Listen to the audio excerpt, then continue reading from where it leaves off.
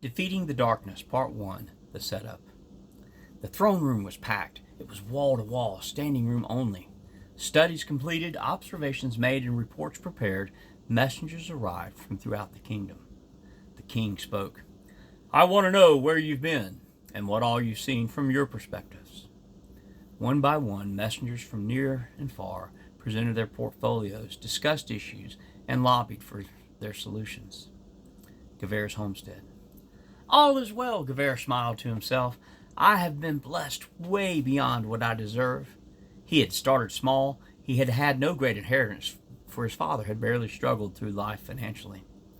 Spiritually, though, growing up, their family was wealthy. "Priorities," his father often proclaimed. "Keep God first, and you'll never lack for anything." So, with profits from his first crop, Gevair had purchased a ram and a ewe. Those two had become a flock.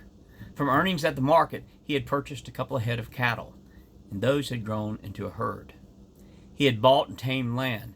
He found a wonderful woman to marry. Flocks, herds, and now his litter of children, well, they all prospered. All because he had followed what his father had insisted was right.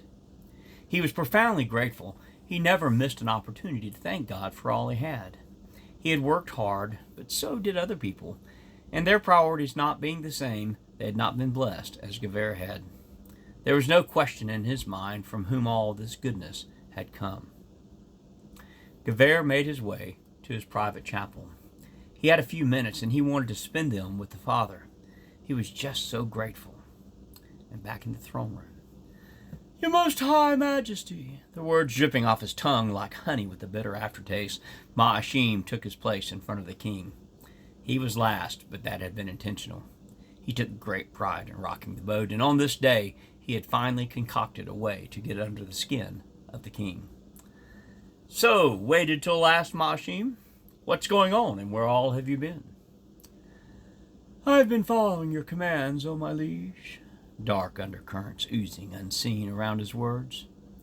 "I've taken great interest in your kingdom, my lord, and all of your subjects. Curious people they are, your subjects. I find it intriguing to observe them. Very interesting, to say the least." "I am quite fond of them, you know. They are interesting. I'm glad that you've been watching. In all of your observations, did you notice one particular man? His name is Gevair. He is really something. He gets this whole thing. He prospers because he does the one thing I've asked of all my subjects. He maintains my priorities. He and I have a pretty good relationship." "Yeah, well, about that, I've seen Gevair. Don't you think you've got it all backwards? You have a good relationship with him because, well, you've been so generous. I'm not sure his motives are as pure as you say they are." "Careful, Ma'ashim. Are you suggesting I cannot read a man's heart?" Face averted downward, more to hide his smirk and contempt for the king and his kingdom, Ma'ashim responded, "Why, no, my lord. I would never presume to pass any judgment on you. It is a statement about us and your other subjects." "Really? Do tell." The king didn't bother to hide his contempt for the head messenger, for he indeed had no trouble discerning the workings of anyone's heart.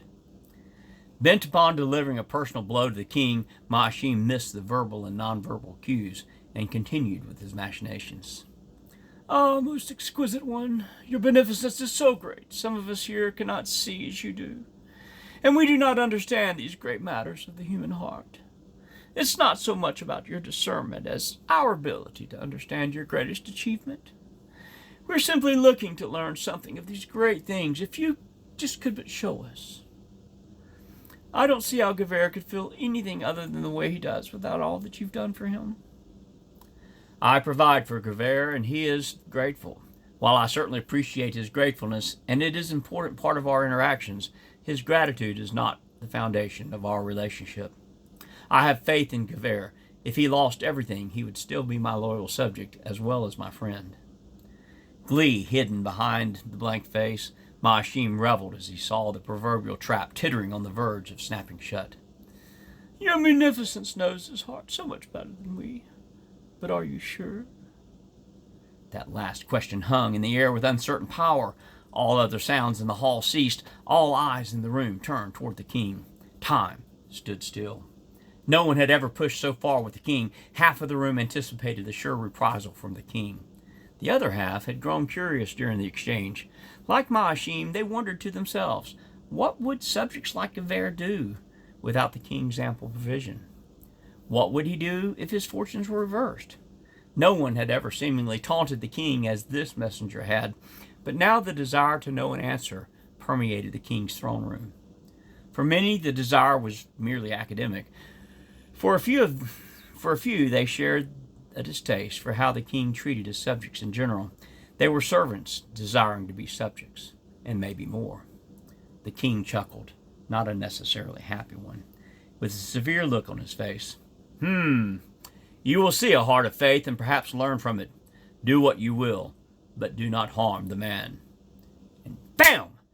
The imagined sound reverberated in Ma'ashim's mind. The trap had slammed shut. He was jubilant. This was awesome. It was about time the king and his prized subjects were put in their places.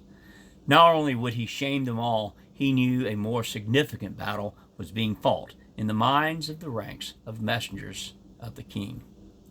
Bowing and scraping, Ma'ashim could barely contain his malignant joy. If the king had had any concept of just how devious Ma'ashim could be, the king would be afraid. By the time he was done with Gever, nothing would be left of the man's psyche, much less of his so-called faith. Ma'ashim strode from the palace. He had made his plan, worked it, and set the snare. And the idiot king had faith in a simple man? The messenger's goal was within reach, and the king was now trapped. Ma'ashim just knew it. To be continued. A man and the accuser, for that is what the names mean in Hebrew, each play a role in this story that begins today and will stretch into several upcoming posts. In the beginning, Gever is unknowingly pulled into the plot of the accuser. If the story sounds familiar, it should. Obviously, it is loosely based on the story of Job in the Bible. Our relationship with God is not based on prosperity or health or any other tangible thing. Trust, gratitude, and hope are all components of a good relationship, but they are not the foundation. As with any other relationship, as we get to know the Father, those things grow, as do our faith and love. I think it is well said that as we experience the Father, as we get to know Him, we find Him to be worth it all. It is a value above all others. To know Him is to love Him, and to know Him is to trust Him, and out of that trust grows a faith that cannot be shaken.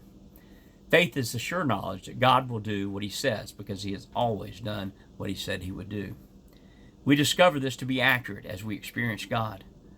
And God does not expect you to worship Him blindly, nor know Him abstractly. He expects you to experience Him, to get to know Him, and you cannot know Him without spending time with Him. He is awaiting your call.